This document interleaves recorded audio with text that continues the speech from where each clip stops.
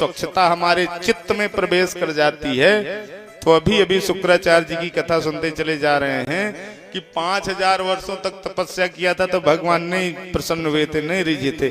और जब उन्होंने भक्ति रूपी जल से अपने चित्त को धो दिया, सोई भगवान प्रसन्न हो गए। एक बिहार के एक कवि हैं, उन्होंने एक निर्गुण भजन बहुत बढ़िया लिखा है।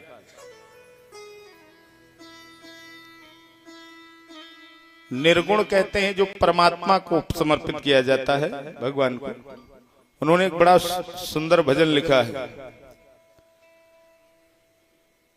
कि जीव किस तरह जब यहां आता है तो यहां फंस करके फिर उस दाग लग जाता है उसके, तो जब दाग लग जाता है तो परेशान हो जाता है, परेशान होकर के फिर 84 के चक्कर काटता रहता है।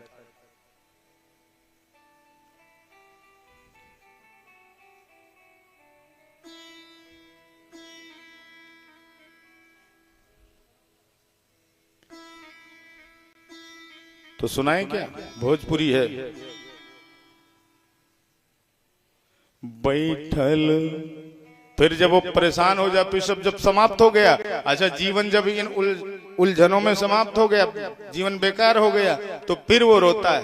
फिर क्या होता? फिर वो रोता है। बैठल रोवरी गुजरिया हो, बैठल रोवेली गुजरिया हो। ये गुजरिया कौन है? आत्मा। फिर वो जीव जिसको क्यों रो रही है? चुनरिया में दाग लग गइल, बैठल रोवेली गुजरिया हो। चुनरिया में दाग लग गइल, रोवेली गुजरिया हो। चुनरिया में दाग लग गइल हो। रोवेली गुजरिया हो, चुनरिया में दाग लग गइल। कैसे जाइब पिया की नगरिया हो। अब विचार कर रहा है कि अब कैसे जाएंगे भगवान के पास, क्या मुंह दिखाएंगे? कैसे जाइब पिया की नगरिया हो, चुनरिया में दाग लग गइल। बैठल रोवली गुजरिया हो,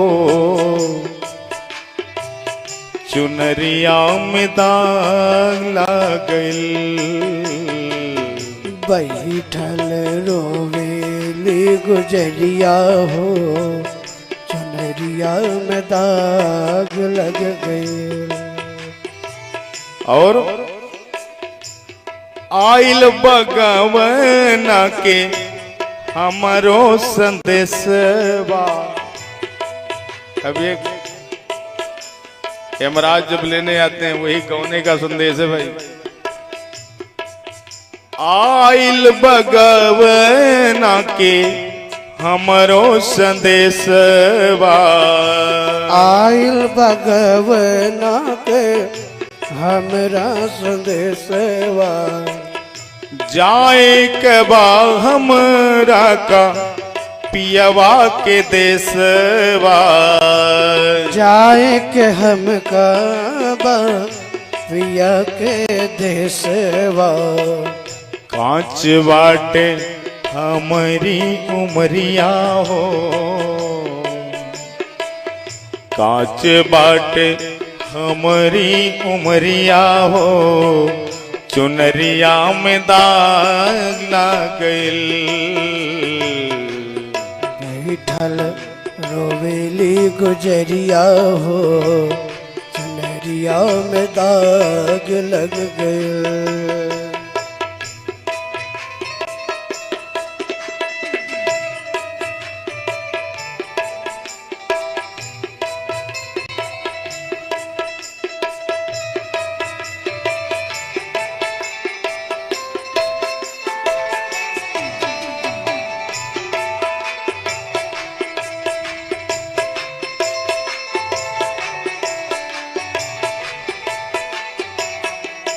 अब दाग लग गया है, अब रोने के अलावा कुछ बचा नहीं। क्यों? समय बीत गया, अवसर बीत गया, फिर पछताए। अब पछताए होत का जब चिड़िया चुन गई खेत।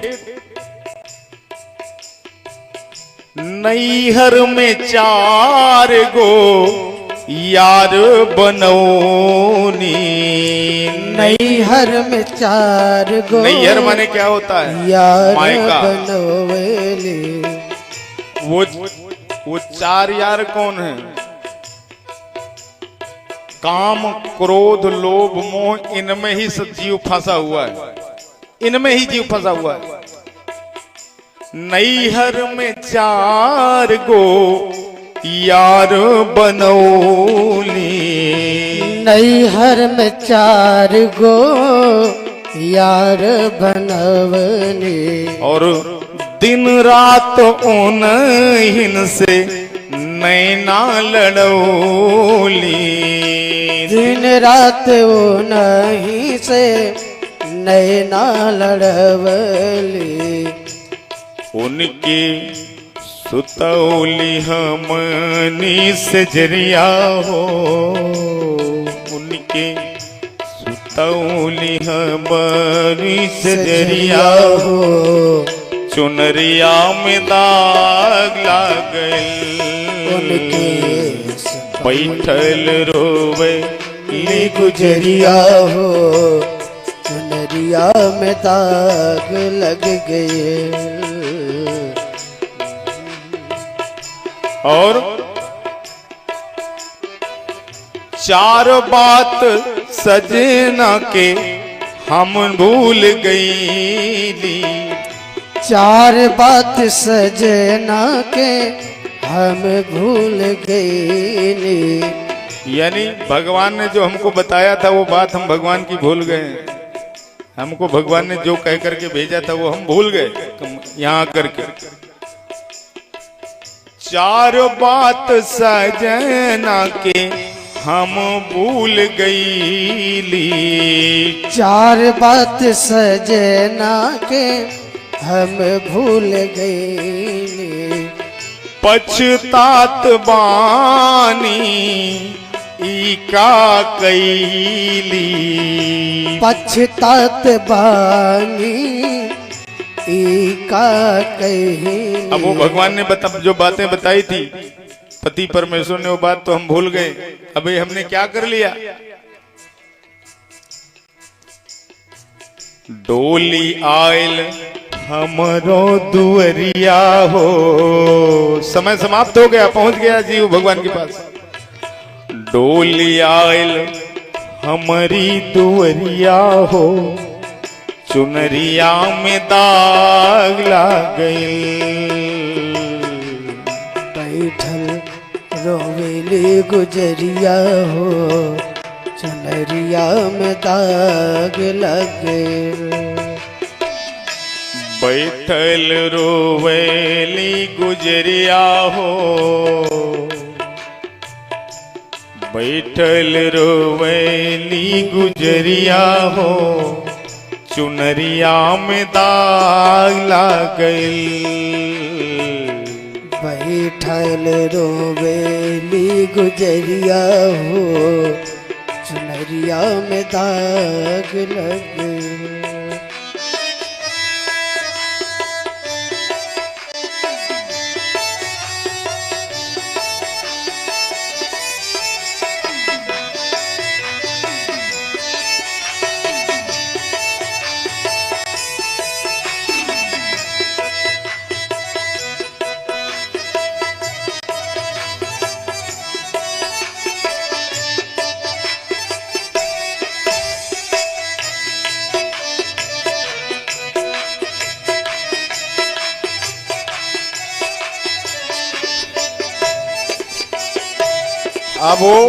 अब वो जीवात्मा कहता है अब हम दरवाजे पर, डोली तो आ गई है, पर अब हम क्या मुंह दिखाएंगे परमात्मा को? कैसे वो अपनी शरण में हमको लेंगे?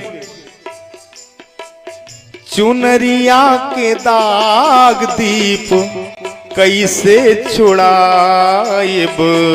चुनरिया में दाग कैसे छुड़ा। अब वहां कौन सा रिन साबुन मिलेगा? चुनरिया के दाग दीप कैसे छुड़ाइब। चुनरिया के दाग दीप कैसे छुड़ाए। और कैसे हम सजना के मुहवा दिखाए। कैसे हम सजना के मुहबा दिखाइब। कैसे हम सजना के मुहवा दिखाइब। कैसे हम सजना के मुहबा दिखाइब। बरसे अखियों से बदरिया हो। जय हो। अब रो रहे हैं, अब कोई चारा नहीं है।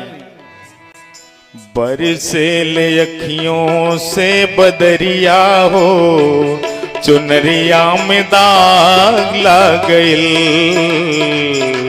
बैठल रोवेली गुजरिया हो, चुनरिया में दाग लग गइल।